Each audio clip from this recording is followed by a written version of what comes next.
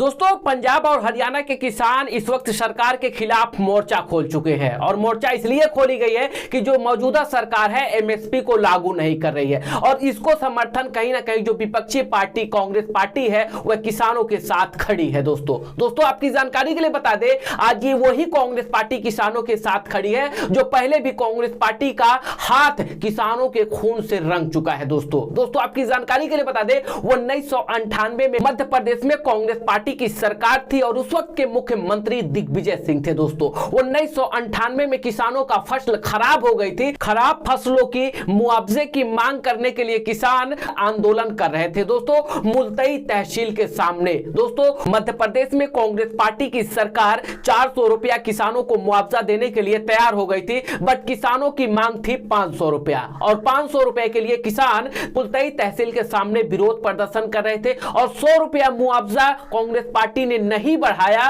और मुल्तई तहसील के सामने जो किसान आंदोलन कर रहे थे उनके ऊपर गोली चार्ज करवाया था। उस गोली कांड में दोस्तों 24 किसानों की मौत हो गई थी और उस किसान आंदोलन को दबाने के लिए कांग्रेस पार्टी ने किसान आंदोलन में शामिल थे उनके ऊपर फर्जी मुकदमे लादे गए और जो किसान विरोध प्रदर्शन कर रहे थे दोस्तों उनके ऊपर 10-10 हजार रुपए का जुर्माना यही कांग्रेस पार्टी ने लगाया था। दोस्तों जो आज किसानों के साथ खड़ी है। दोस्तों ये कहा जाए कि कांग्रेस पार्टी का भी हाथ किसानों के खून से रंगा हुआ है तो कोई गलत नहीं होगा। दोस्तों उस वक्त के दोस्तों किसान आंदोलन में जो शामिल थे उनका भी वीडियो आप अपनी स्क्रीन पर सुन सकते हैं कि कितनी बर्बरता किसानों के साथ कांग्रेस पार्टी 1998 में किया था। दोस्तों कांग्रेस पार्टी आज किसानों के साथ खड़ी है। हम पे 10-10 हजार रुपए फाइन भी किया था और जिन्होंने गोली मारी उस पे इन लोगों ने किसी ने भी मुकदमा दायर नहीं किया गया। हमारा किसी की भी सुनी नहीं। इन लोगों ने मुकदमा दायर होना चाहिए, पुलिस वाले पे मुकदमा चलना था तो किसी ने नहीं चलाया।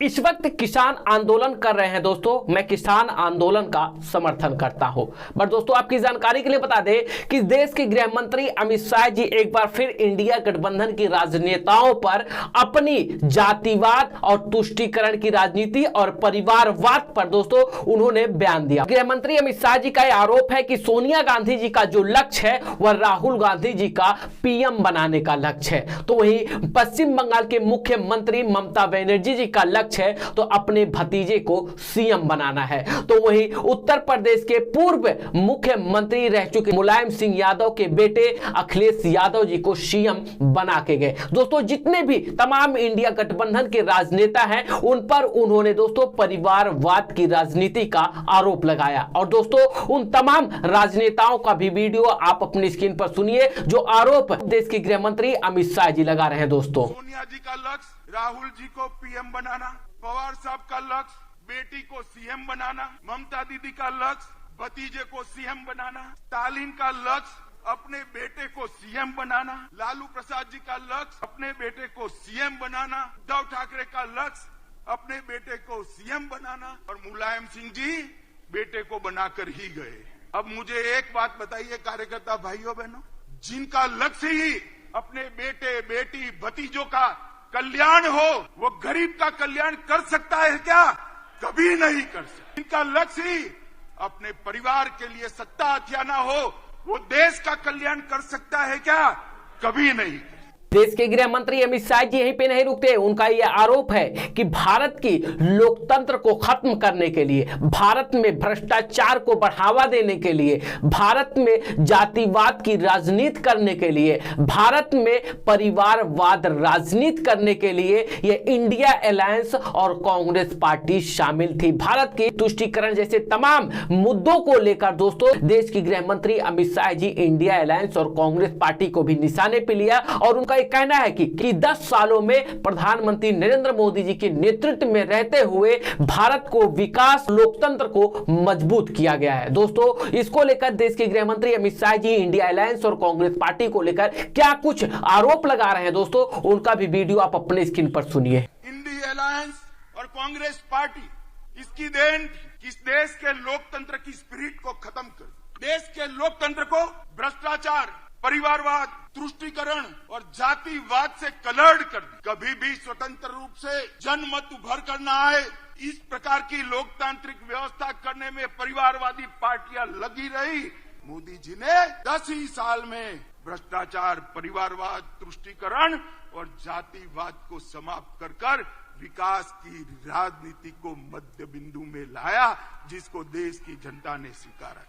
तुष्टीकरण की राजनीति हो और उसमें असदुद्दीन ओवैसी का नाम न आए तो ऐसा हो ही नहीं सकता है। दोस्तों, आपकी जानकारी के लिए बता दें कि बिहार में अपनी चुनावी रैली को संबोधित करते हुए असदुद्दीन ओवैसी एक बार फिर भड़काऊ स्टेटमेंट दिया और उनका बयान है कि बाबरी मस्जिद के लिए आवाज संसद में मैंने उठाया था और कोई भी राजनेता संसद में बाबरी मस्जिद को लेकर आवाज नहीं उठाई। अगर यह आवाज उठाने की ताकत किसी से मिली है तो वह ताकत आप लोगों की है। दोस्तों, असदुद्दीन ओवैसी बिहार में अपनी चुनावी रैली के दौरान एक बार फिर भड़काऊ स्टेटमेंट बाबरी मस्जिद को लेकर दिया है, जो कि दोस्तों बाबरी मस्जिद को लेकर क्या कुछ भड़काऊ स्टेटमेंट दे रहे हैं असदुद्दीन ओवैसी बिहार में, उनका भी वीडियो आप अपनी स्क्रीन पर सुनिए। सच्चाई यही है कि कोई बाबरी मस्जिद का नाम लेने को तैयार नहीं है। बताओ, यही तो तुम्हारी ताकत है, तुम्हारी दुआएं हैं कि हम बोल सकते हैं पार्लियामेंट में। मगर डॉक्टर साहब किसका इलाज करेंगे जो खुद मरीज बने हुए हैं?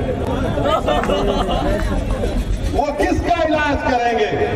तो इलाज आपको करना है। तो इसमें तौकीर रजा भी पीछे नहीं है। दोस्तों तौकीर रजा एक बार फिर भड़काऊ स्टेटमेंट दिए हैं। उन्होंने कहा कि जो हिंदू धर्म के लोग हैं वह सूर्य नमस्कार करने वाले हैं, जो हिंदू धर्म के हैं वह योगा करने वाले हैं और जनगण मन वाले हैं। दोस्तों, इसको कुफ्र करार देते हुए एक बार फिर तौकीर रजा ने भड़काऊ स्टेटमेंट दिया है और उन्होंने कहा कि कुछ ही दिन पहले जो मदरसों में लागू होने वाला है कि राम की पाठ किया जाएगा। दोस्तों, इसको लेकर उन्होंने एक बार फिर भड़काऊ स्टेटमेंट दिया है। दोस्तों, उनका भी स्टेटमेंट आप अपने स्क्रीन पर सुनिए।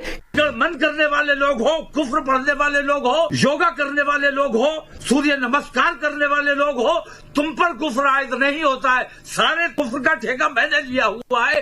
तुम लोग देखो, अपने गिरबान में झांको कि तुमने कितने कुफ्र किए हैं। और अभी तमाम मदरसों में ये पाबंदी आने वाली है कि आपको अपने मदारिस में रामायण पढ़ानी पड़ेगी। अगर तुम लोग नहीं निकले, साहिब ईमान होने का सबूत नहीं दिया, तो कल बहुत खराब हालात होने वाले हैं। इसलिए आपको निकलना पड़ेगा। इस वक्त भी ना निकले तो तुम मर जाओ, इससे बेहतर है।